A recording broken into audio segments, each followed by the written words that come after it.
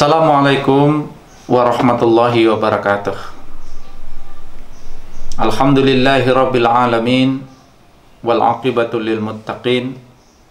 Asyhadu an la ilaha illallah wahdahu la syarikalah, wa asyhadu anna Muhammadan abduhu wa rasuluh, sallallahu alaihi wasallam, la nabiyya ba'dah.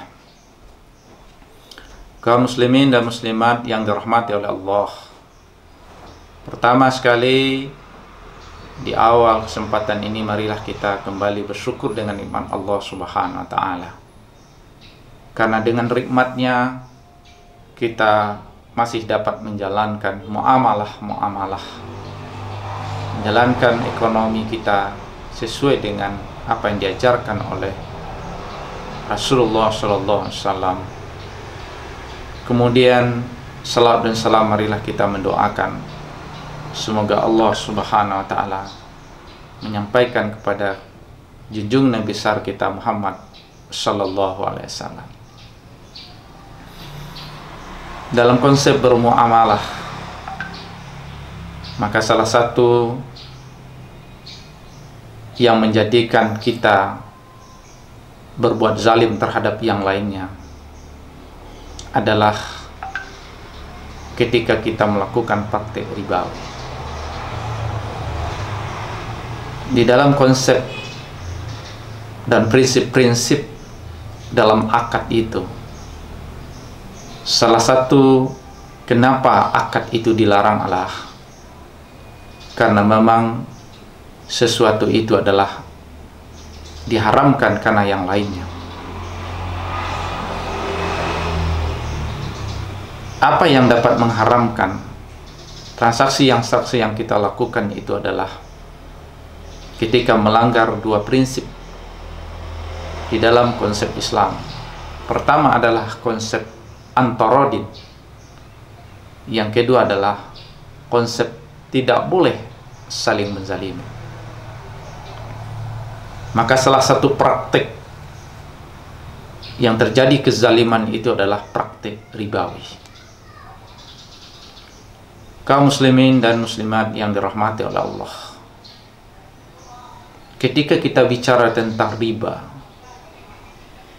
maka kita dapat melihat dan membaginya sub-sub tentang kajian riba itu kepada tiga. Pertama adalah kajian bagaimana kita memahami apa itu riba, mana yang termasuk riba, mana yang tidak. Yang kedua adalah bagaimana dalil-dalil, tahapan-tahapan dan hukum yang berkaitan dengan pelarangan riba itu sendiri.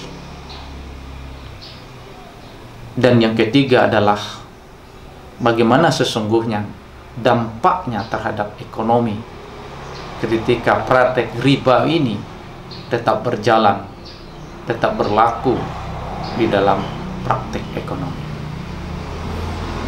Kaum muslimin yang dirahmati oleh Allah, secara bahasa riba adalah bermakna aziyadah, yaitu adalah bermakna tambahan.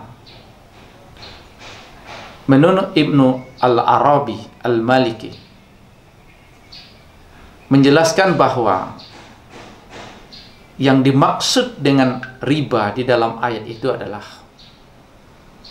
kullu ziyadatin lam yuqabilha au. Pengertian riba secara bahasa menurut Ibnu Al-Arabi adalah tambahan. Namun apa yang dimaksud riba di dalam ayat Al-Quran adalah setiap penambahan yang diambil tanpa adanya satu transaksi pengganti atau penyeimbang yang dibenarkan secara syar'i. Di dalam ayat Allah Subhanahu wa taala secara tegas telah menjelaskan pengharaman tentang jual beli, pengharaman tentang riba, dan menghalalkan jual beli. Wa ahallallahu bai'a wa harrama riba.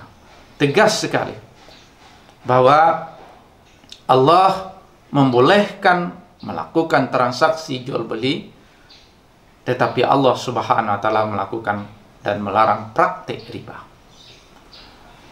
Lalu sekarang apa yang dimaksud dengan riba itu sendiri? Sehingga kita bisa mengatakan apa yang kita lakukan itu adalah yang dilarang oleh Allah di dalam Al-Quranul Karim. Karena semua umat Islam, semua kita sepakat bahwa riba itu adalah haram. Tidak ada satupun dari umat Islam, tidak satupun ulama yang melarang, yang membolehkan adanya praktik riba.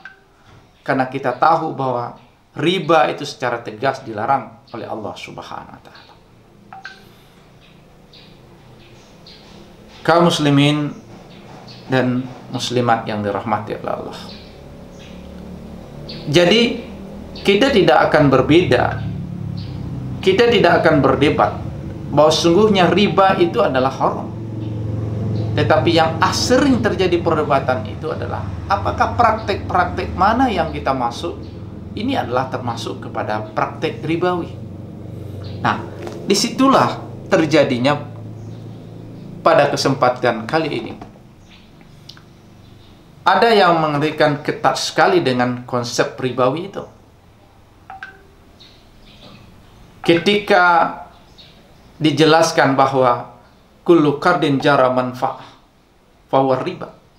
Segala sesuatu bentuk yang mengambil manfaat dari transaksi hutang piutang, maka itu adalah riba.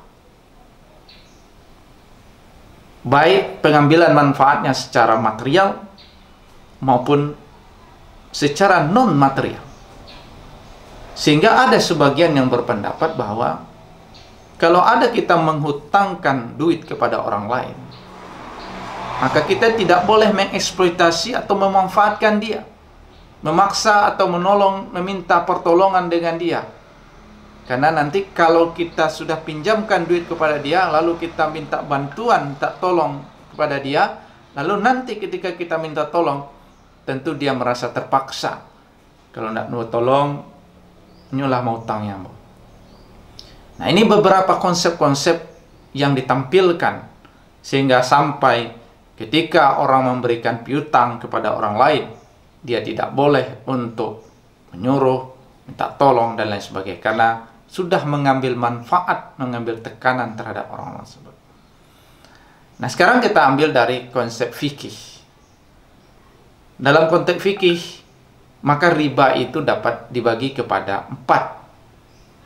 Pertama adalah riba qard, di mana pengambilan manfaat, pengambilan tingkat kelebihan tertentu yang disyaratkan terhadap yang berhutang atau muqarrib.